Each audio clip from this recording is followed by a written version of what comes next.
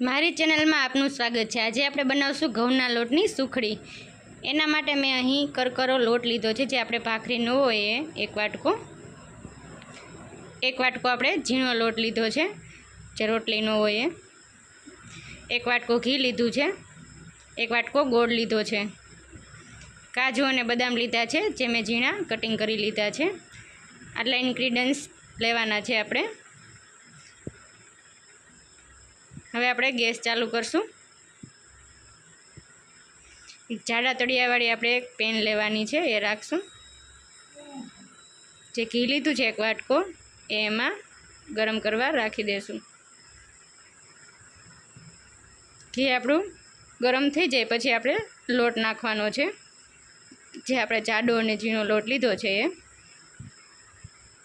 ગેસની ફ્લેમ આપણે ધીમી રાખવાની છે।